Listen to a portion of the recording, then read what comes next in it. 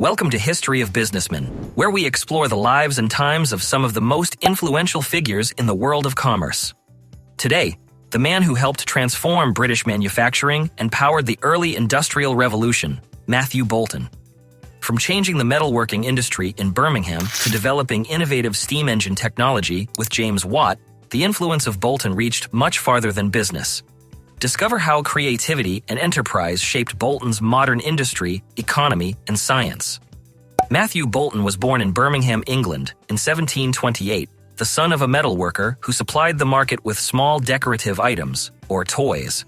At that time, Birmingham was one of the centers of the metal industries, and young Boulton was exposed quite early on to the intricate work of making buttons, buckles, and watch chains. At 17 years old, he had introduced new techniques into belt buckles, for which he received high praise even beyond Britain. Having a strong passion for business and scientific knowledge alike, soon Boulton expanded his expertise even further by attending lectures and conducting his own experiments on metallurgy and engineering. His intense curiosity and growing expertise laid the foundation that helped him become one of the most influential businessmen of his time. During the 1750s, Boulton built connections with a number of key scientists and philosophers, such as Benjamin Franklin and Erasmus Darwin. These friendships formed the Lunar Society of Birmingham, a group that once a month discussed various ideas on science, philosophy, and industry. With close friends like Darwin, Franklin, and later James Watt, Boulton gained insight into the most current scientific discussions and inventions. The Lunar Society became a driving force of industrial and scientific progress in the Midlands, while the manufacturing enterprise at Soho, which Boulton operated, would not long afterward be a place to test many of their ideas. Boulton's desire to expand his business reflected the increasingly important role which Birmingham played within the British economy. In 1761, he rented land in Soho, on the outskirts of Birmingham, and built what he described as the Soho Manufactory. While most factories of his era were just small workshops, Boulton's was built on a large scale, efficiently designed for mass production, and to impress with the latest machinery. This factory used a water mill to power machines that polished and shaped metal faster than ever before. The Soho Manufactory was one of the first large-scale industrial facilities in Britain, allowing Boulton to mass-produce goods such as buckles, buttons, and watch chains. By 1768, he had extended the site and claimed it was the largest hardware factory in the world. He extended his reach and influence through collaboration. His first large-scale collaboration was with the businessman John Fothergill, who distributed Boulton's products throughout Europe. However, that partnership met a lot of challenges, financial problems, disagreements, so it legally ended in 1781. But Boulton didn't stop adding to the list of manufactured goods, producing items in Sheffield plate, a cheaper alternative to solid silver, and even making luxury items like candlesticks and clocks. Producing a range of goods, he successfully marketed his products to the nobility and growing middle class, offering quality metal products to more people than before. The ornamental arts were among the developments undertaken by Soho Manufactory. He perfected gilded bronze, or ormolu, a method that made luxury items like candlesticks, vases, and furniture mounts highly popular with European elites. His skill with the ormolu gained him support from royalty, including Queen Charlotte herself, the wife of King George III. Yet even with such success in the 18th century production of both Sheffield plate and ormolu, Boulton found that the luxury market was only sometimes profitable, because material costs were high and tastes changed. One of the most important of Boulton's partnerships was his work with the Scottish engineer James Watt. By 1765, Watt had finished a new design for a steam engine, significantly better than earlier Newcomen engines. However, the financial situation had so far stopped Watt from fully building his invention. Boulton immediately saw the potential of Watt's steam engine and decided that it was the solution to the power issues he faced at the Soho Manufactory. By buying Watt's patent in a settlement against Watt's former partner, Boulton secured a productive partnership that would eventually transform manufacturing. With an extension on Watt's patent in 1775, the two gentlemen formed the firm Boulton & Watt.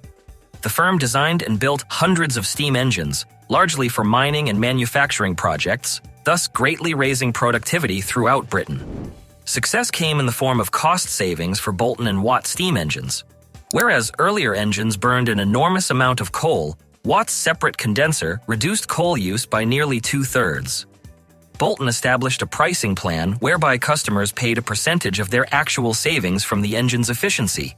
This pricing system provided predictable revenue and gave Boulton and Watt engines high demand. By the 1780s, their machines were running mills, mines, and factories, laying the groundwork for industrial mechanization and transforming the British economy. Beyond steam engines, Boulton's innovations extended to coinage. Widespread counterfeiting was throwing Britain's currency into chaos, and the quality of the coins coming out of the Royal Mint was extremely low. Solving this problem, in the 1780s, Boulton began to construct the Soho Mint, which used steam-powered presses to stamp out coins with greater accuracy and consistency. Boulton's mint produced several millions of coins for Britain and other countries, including the first copper penny in Britain. It was called the cartwheel penny. His design and methods of production made counterfeiting of coins rather difficult, thus providing a stable currency and restoring some degree of public trust in British money. Boulton's contributions to the community showed his desire to be involved in social and economic development.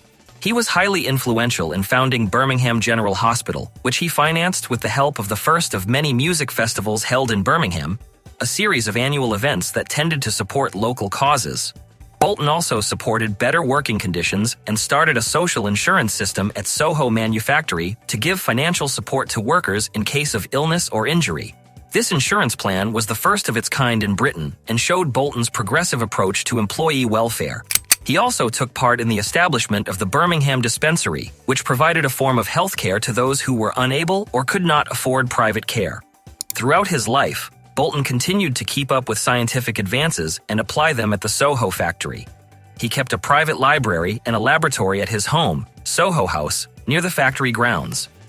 His home, Soho Manor House, was where many of the experiments and discussions with Boulton and other Lunar Society members took place on subjects like chemistry, metalworking, and engineering.